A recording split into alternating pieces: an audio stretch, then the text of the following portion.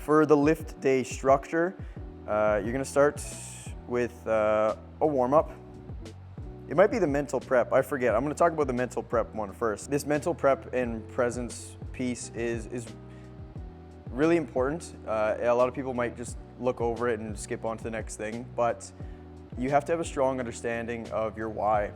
Why are you here right now? Why are you listening to this? Why did you get this program? Why are you working out? If you're like, oh, I just kind of want to look good, that's not a real solid ground to stand on. Okay, so figure out your why. What bigger reason to it is there that's bigger than you, right? This is the stuff that you can keep coming back to that's gonna help you get up in the morning and work out before work, or get yourself off the couch after coming home from work, something like this. Okay, like this is the stuff that keeps you going. It's the fuel to your fire. So you have to have these strong understandings of yourself and your why. So rumination and anxiety of the past and worry and fear of the future cease to exist when you can embrace now. Presence is the key to being. So I want you to show up, and it sounds kind of bro, but kind of just lock in, okay? So I would love to have you put your phone away. I know you're gonna need your phone for the workout, but separate, okay? Put your phone on Do Not Disturb, put silence on, just separate, okay? Be present, make this time for yourself. You can treat this like a meditative practice. You can totally listen to music. You can do it in silence, however you wanna do it. You can run this through your like warm up.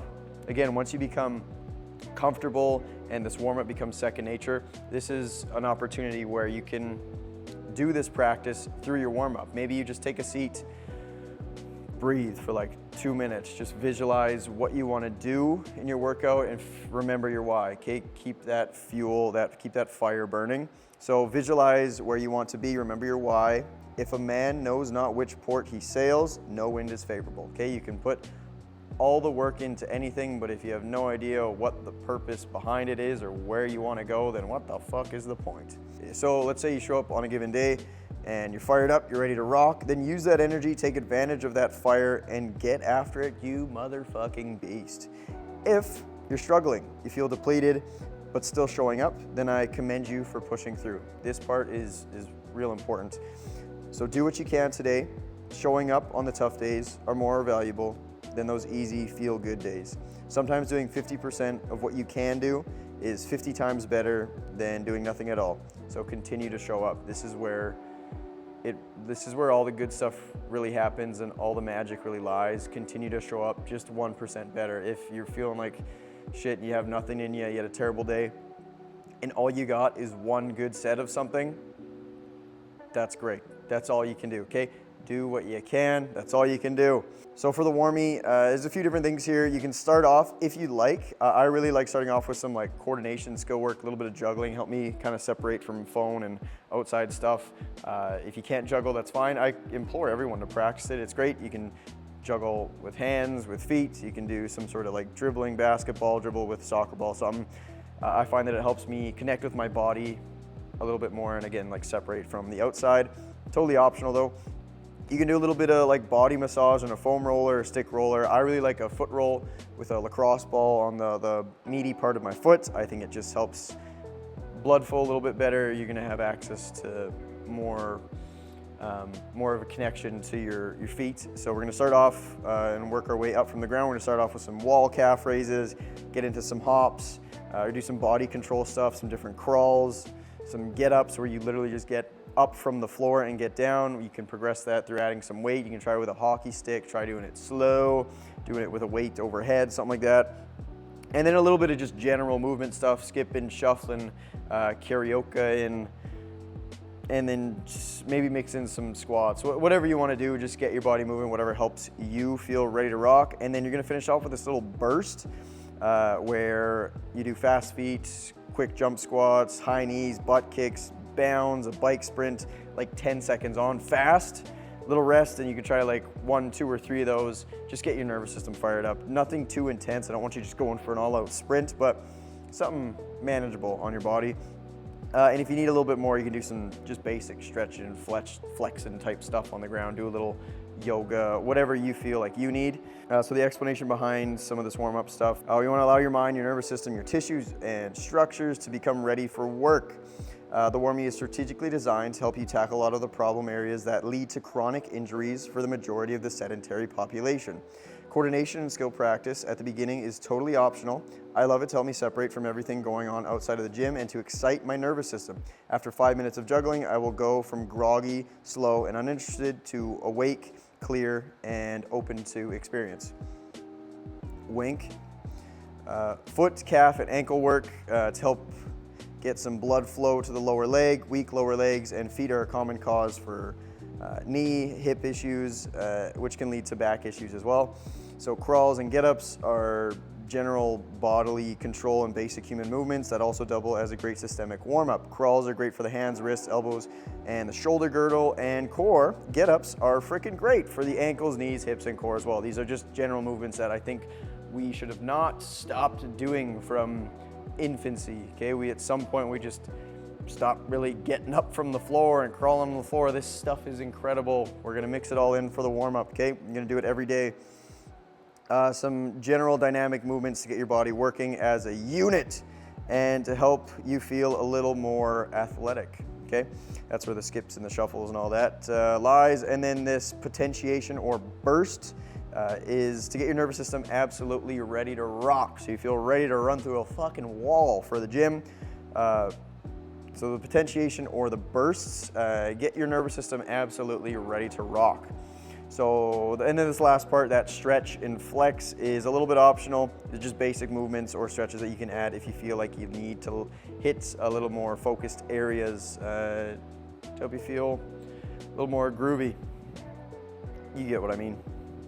There's gonna be some specific lift prep in there for most of the workouts. So these are the moves added to help you get a little more out of your warm-up and help you get ready for some of these main lifts.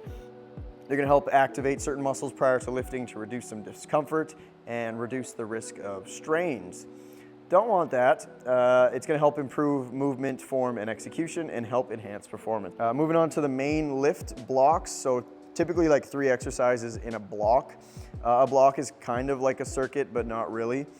You're not trying to rip through them as fast as you can, not like some HIIT classes, okay? Give yourself adequate rest between the exercises. One block is gonna consist of like 1 or 2 compound movements and 1 accessory move. For the most part, typically if you can rest for about 30 to 60 seconds between exercises and between sets, that should be decent. If you're fighting through it and you need a little more rest before going to something heavy, use it, okay? I'd rather you use a little more rest and have it help your performance as opposed to just like ripping through it. Definitely don't just superset, like, yeah, I don't want you just, it's not a fucking HIIT class, okay? Pardon my language again, sorry, I gotta work on that.